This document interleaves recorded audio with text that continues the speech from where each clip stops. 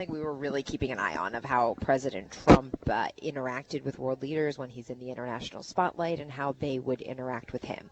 Those handshakes, aggressive, tight handshakes with the newly elected French president, certainly going viral on social media. And then that push, President Trump trying to get to the head of the pack of NATO leaders, elbowing the Prime Minister of Montenegro, who's the new guy in town, or the newest NATO member. And that's certainly, I think, the element of that part of the trip that went very viral, but it was also the president's aggressive verbal push too. We've heard him as a candidate say that NATO members need to pay their fair share. They have to meet their financial obligations because the U.S. does, and it's not right that other countries don't. He said it as a candidate. He has said it as president. It's not surprising. He said it yesterday at NATO headquarters, but it seemed like Europe was taken aback that he did it in such a formal setting, not behind closed doors. One of the things that he's getting criticism for, or at least people are noticing, that he didn't make the pledge that America will come to the defense of all the other nations. Yeah, it was what he didn't say, that overt endorsement of what's known as Article 5. And that's the part of the NATO alliance that says if there's an attack on one, it is an attack on all. It's only been invoked once, right after 9/11. And the president has certainly suggested that if countries aren't paying their fair share, hitting their obligations, well, maybe we don't, the all for one, one for all doesn't apply there. Rex Tillerson, the Secretary of State, said the other night on Air Force One that, yes, the U.S. absolutely supports Article 5, but not as explicit a statement from President Trump, which many European leaders were looking for. And then, of course, how frosty was the relationship with Prime Minister of England, Theresa May? Well, we actually didn't see much interaction with the conversation presumably happening behind the scenes, but the overall interaction with world leaders was interesting. Of a little bit of angling to be near the president, but also a little bit of, what's this guy doing? Yeah. Let's talk about this shove or push or whatever with this prime minister.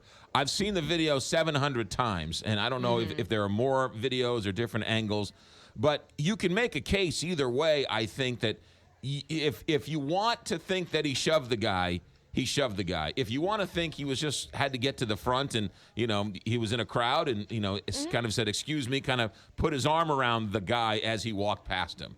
Right? It's sort of a Rorschach test. You could, right. Absolutely. Yeah. Where people are coming from depending on how they look at it. Right, yeah. But I think it certainly is something that has exploded on social media. How much of it is a story there as opposed to the rest of the world?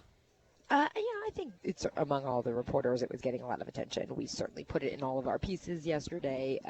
But was it the primary highlight of that stuff? Well, picture-wise, perhaps, yes, but that president's message on the financial obligation, I think, is the big takeaway. Yeah, okay. Now, you're in Sicily now?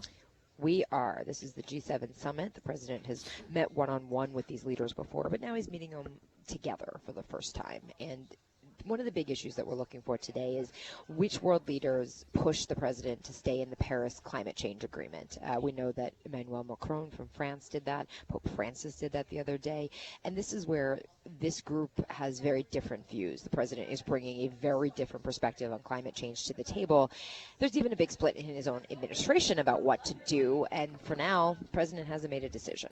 Karen Travers, you were in the bubble when the news broke here in America that the FBI is now looking into Jared Kushner.